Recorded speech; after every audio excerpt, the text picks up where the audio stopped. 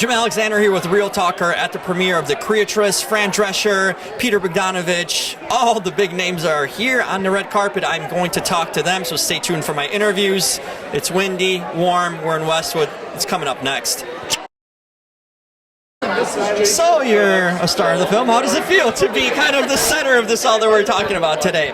Tell me about your character a little bit and what you took away from the character into your personal life. I mean, it's super exciting to be here tonight. You know, this is like a very small movie and an independent film, and there's so few and far between. Everything's got explosions, and there is not a single explosion in our movie. Superheroes. Superheroes. There's no superheroes in our movie. But, you know, I think the one thing that I really took away from this film, and something that I'll really carry with me, is just owning your art and being a creative and not listening to people who are trying to shut you down.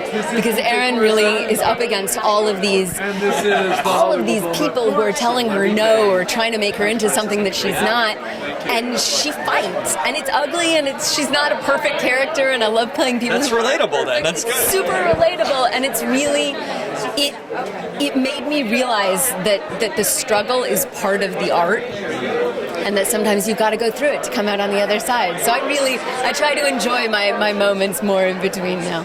Tell me about like the actor side of you relating to this character, because I'm sure we, as actors, you go through struggles, and especially when you're starting out in the industry. What sort of things were you able to relate from your personal experiences to this character? Yeah, I mean, it's such a gift to be able to play a creative, because I am one. Right. And life imitates art. Yeah, and I very rarely have gotten to play someone who has so much in common with me, just in like who they are and where they come from. And so it was really, amazing to be able to try this out and to slip into the skin. It happened easier than I thought it would. Anything that you found challenging working on this film that that kind of you maybe didn't have to deal with before, or something just new that you haven't faced before?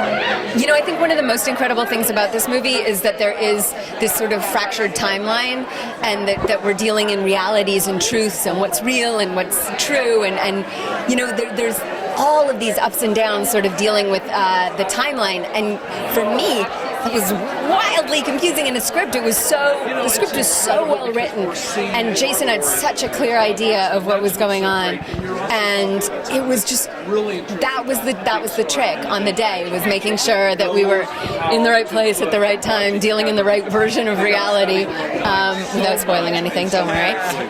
But it really does. That was the trick. That was the trick for me. You had to write a book about your own life and experiences. What do you think it would center on primarily? What theme would it be or have? Oh my gosh, it would be, I mean, this is going to sound sort of cheesy, but it would definitely be an adventure story, because I do think, my life as a creative person and as an artist has been an adventure, and there's been a lot of moments where I don't know what's coming next or where I'm going, up and down, and constantly new places and new faces, new people.